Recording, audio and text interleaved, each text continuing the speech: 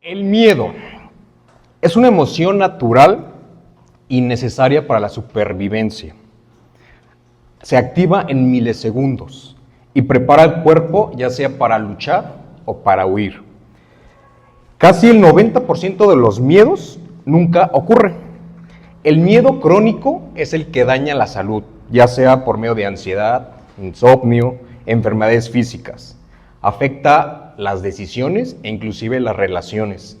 Y el cuerpo reacciona primero antes que la mente. Algunas personas se vuelven adictas al miedo, es decir, les gusta la adrenalina, el cortisol. ¿Y cuáles son algunos de los miedos más comunes que existen en la actualidad? Hablar en público, fracasar, morir, quedarse solo o no ser suficiente. Oremos. Padre Celestial, te damos gracias porque tú nos permites estar aquí reunidos el día de hoy. Te damos gracias, Padre, por esta maravillosa mañana, nublada. Te damos gracias, te damos gloria por esta mañana.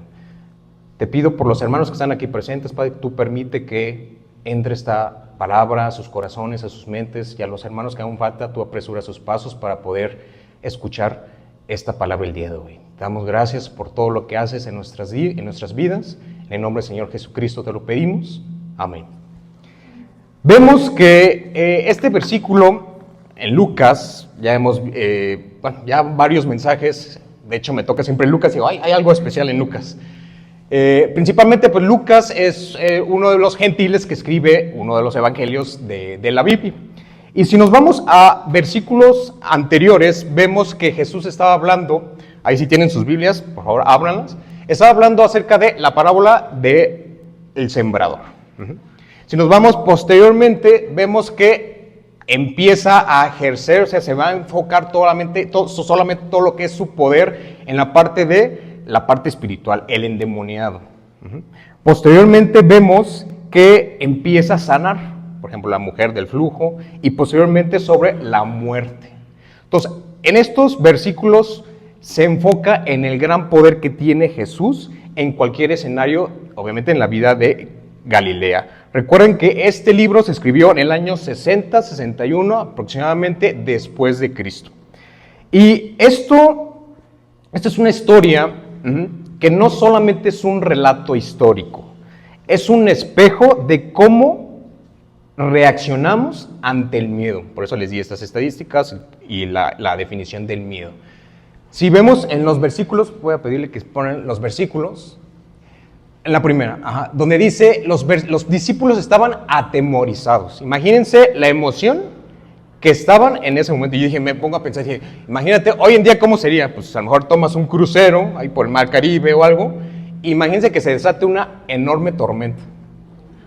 Y a veces cuando, por ejemplo, en la semana, yo creo el jueves, se escuchaban relámpagos, truenos, porque estaba lloviendo fuerte ahí por donde vivo, ¿no? Pero imagínense a mar abierto, que bueno, para mí me da fobia, yo creo a todo el mundo, ¿no? Nos da fobia el mar abierto, a mí también. Y imagínense la cantidad de emociones que sentían los discípulos. Aun cuando estaba Jesús ahí mismo, aun cuando ya conocían acerca de Jesús, todo lo que había hecho en versículos anteriores. Entonces, venimos a hablar no solamente de la tormenta en el mar, sino que venimos a hablar de la tormenta en tu alma. Y del único que tiene poder para salvarte, para calmarla. ¿Quién es? Jesús.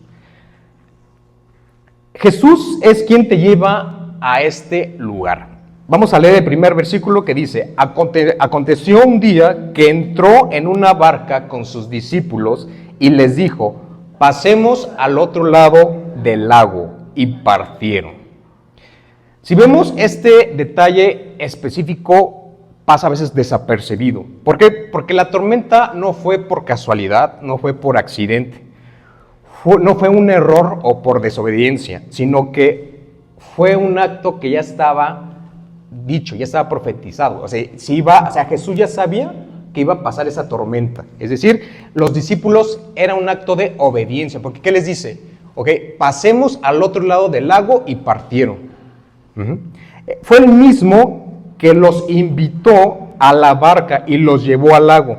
Ellos no estaban en pecado, ni se habían desviado. Al contrario, este versículo nos confronta con una verdad muy incómoda.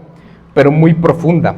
¿Qué pasa? Que el hecho de que tú estés atravesando quizás en este momento alguna tormenta, no significa que Dios te haya abandonado. No significa que Dios se haya olvidado de ti.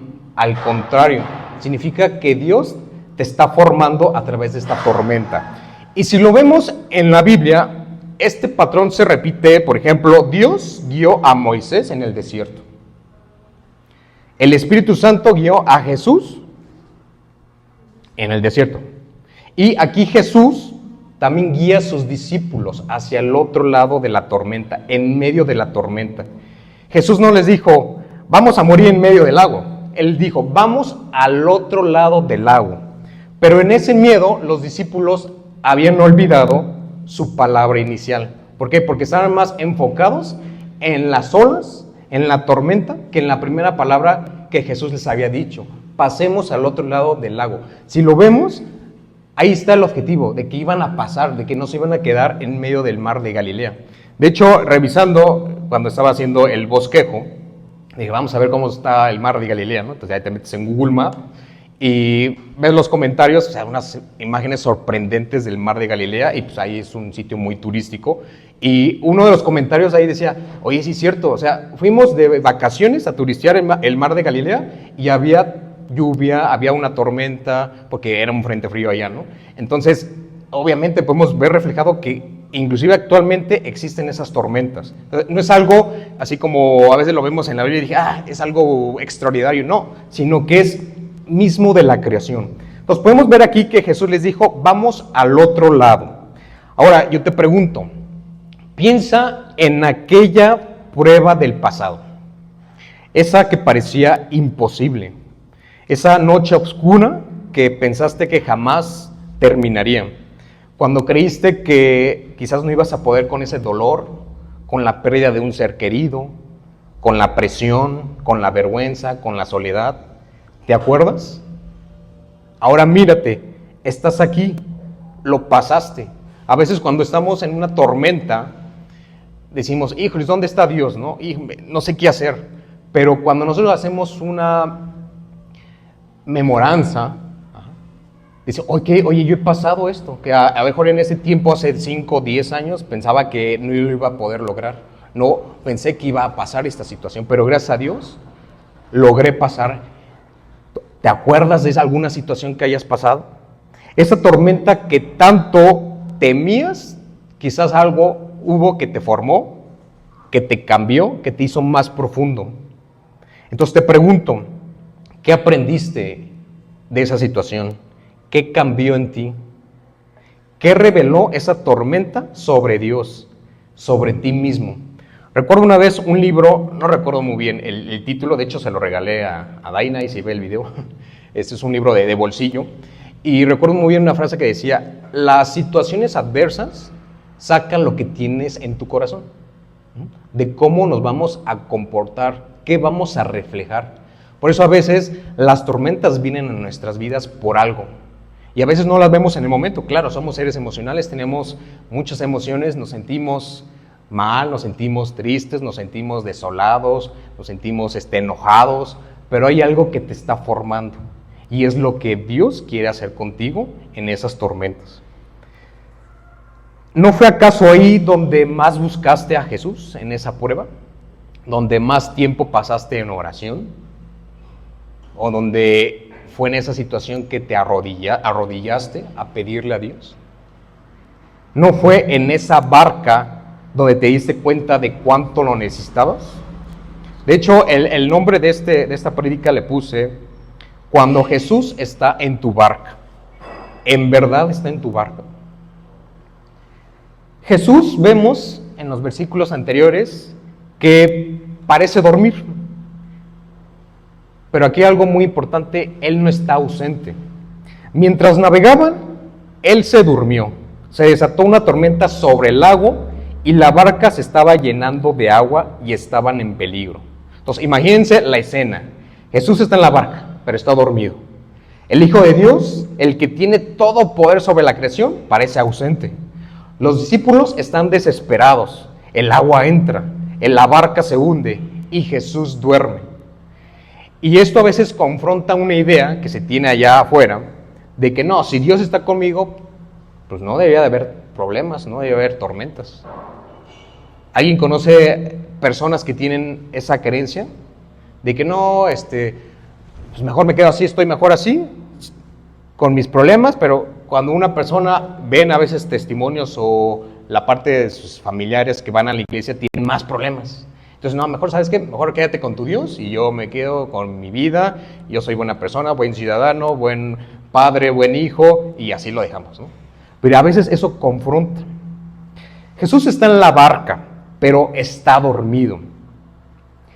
El sueño de Jesús no es una indiferencia, es confianza. Él no duerme porque no le importe.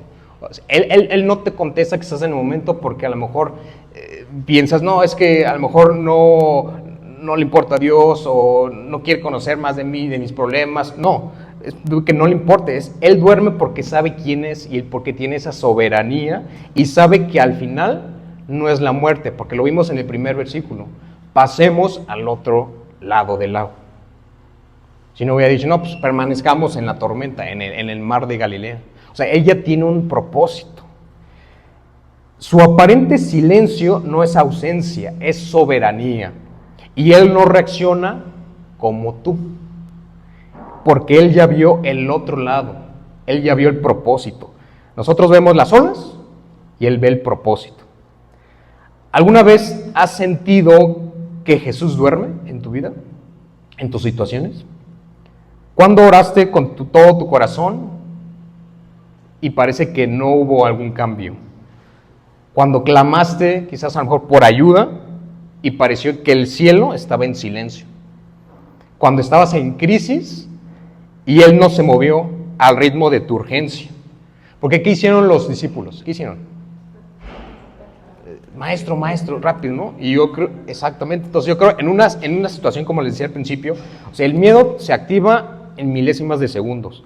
Y se activa por medio del sistema nervioso, donde es el sistema nervioso simpático, el sistema nervioso parasimpático, que el simpático, que no nada tiene que ver agradable, pues en ese momento el miedo, o sea, si viene alguien aquí, se mete alguien con un arma, pues en esto se van a dilatar las pupilas, voy a respirar rápidamente, mi sangre se va a ir a las extremidades, ya sea para huir o para defenderme.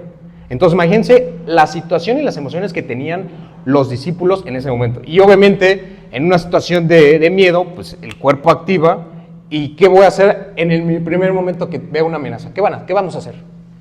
Por ejemplo, en una amenaza. ¿Qué harían? Por ejemplo, en un sismo. ¿Cómo? ¿Oh, por acá? Corren, gritan, nos vamos. Exactamente. Claro, ¿por qué? Porque es una respuesta natural del organismo. El miedo es bueno, obviamente en buenas cantidades, proporciones, ¿no? Pero así los discípulos estuvieron en la barca. Obviamente cuando estás en una amenaza, se dice que tu corteza prefrontal se desconecta, que es la que se encarga de pensar. Entonces, obviamente olvidaron lo que les había dicho Jesús al principio, de que eso iba a ser solamente momentáneo y que iba a haber un objetivo, es decir, pasar al otro lado. Entonces vemos aquí que, claro, a veces nos sentimos con ese miedo, con esa sensación, ese mix, ese cóctel de emociones, pero en ese momento Dios estaba ahí con ellos. Entonces, imagínense, ¿qué hubieran hecho ustedes, viendo esa escena, estando ahí Jesús y ustedes? ¿Qué harían? ¿Se han puesto a pensar? ¿Se han dicho esa pregunta? ¿Qué haría? Oye, sí es cierto. Y a veces decimos, pues yo me hubiera acostado al lado de Jesús. No, pues si estoy al lado de Jesús nada me iba a pasar, ¿no? No, pues a veces eso lo decimos, pero ya en la realidad, o sea, si lo transmutamos, si lo cambiamos a una situación que ya no va a ser una barca y en un mar, ¿verdad? Pero en una otra situación que a veces puede ser interna o externa, ¿cómo reaccionamos? Reaccionamos con miedo, con desilusión, con rabia, abandono. Pues es muy importante. Recuerdo cuando estudiaba el tema de las emociones, todo eso, pues uno va a actuar, depende de su carácter, su personalidad, de sus emociones, ¿no? Uno puede ser muy alegre, muy carismático, uno muy depresivo, uno que sea de sola, se va. Hay una cantidad de caracteres y de personalidades. Ahora es cómo voy a reaccionar yo ante las tormentas internas y las tormentas externas. Y fíjense, ¿cuál fue el milagro? Yo les pregunto, ¿cuál fue el milagro en estos versículos?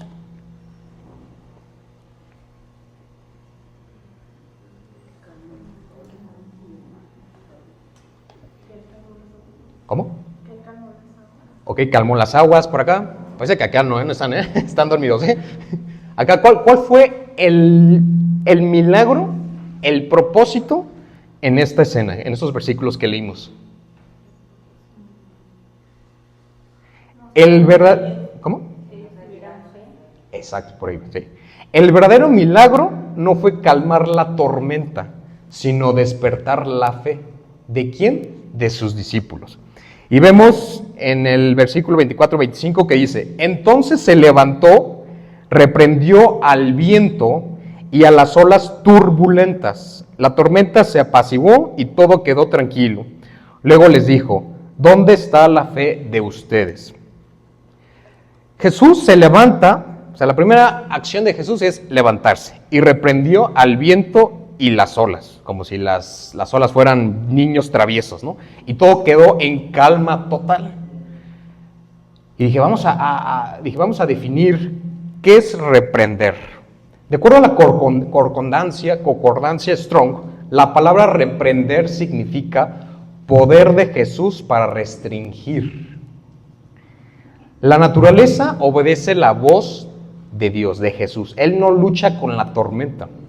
La silencia con una sola palabra. Imagínense, Jesús reprendió a las olas. ¿Cómo habrá sido? ¿Cómo reprendió las olas? ¿Cómo? Les digo, a ver, olas, cálmense. O nada más levantó las manos, o dijo una palabra. ¿Cómo habrá sido? El reprender. Fíjense, la definición, poder de Jesús para restringir. El momento en que está el mar, ¿cuál fue esa palabra? Solamente imagínense, ¿no?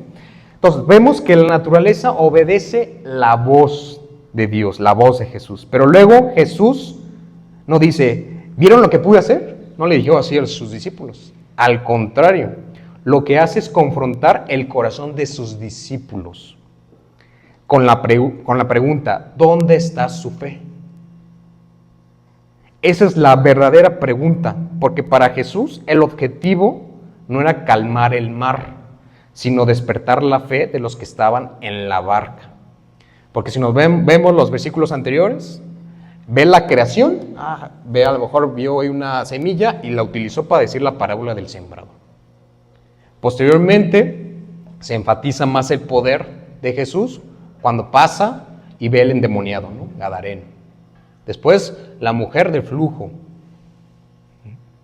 la hija de Jairo.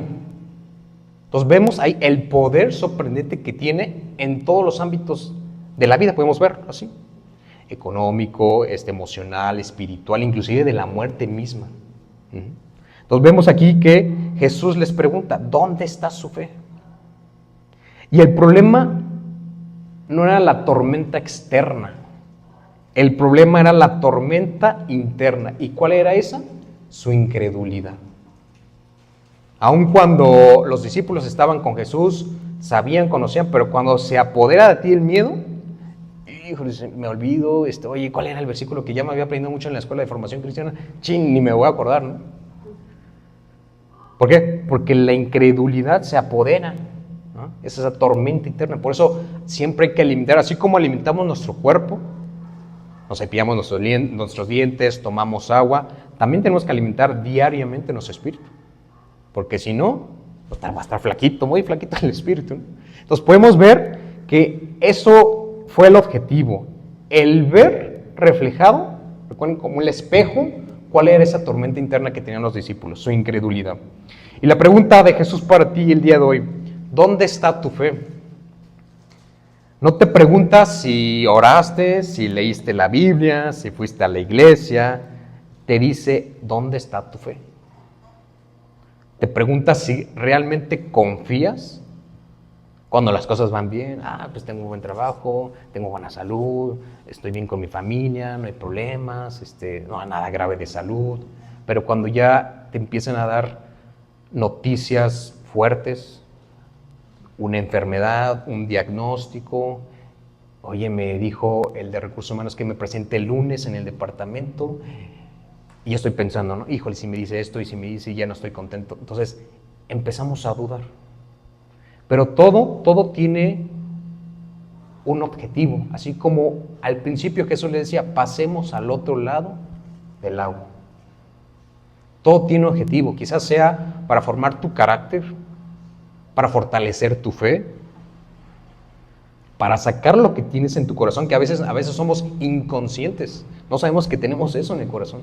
Pero a veces cuando vienen esas pruebas, es cuando decimos, ok, perdóname, Dios, por la forma de cómo reaccioné, transfórmame, ¿no? Sí, y nosotros lo sabemos, ¿no? El oro tiene que pasar por el fuego para quitar impurezas, lo sabemos.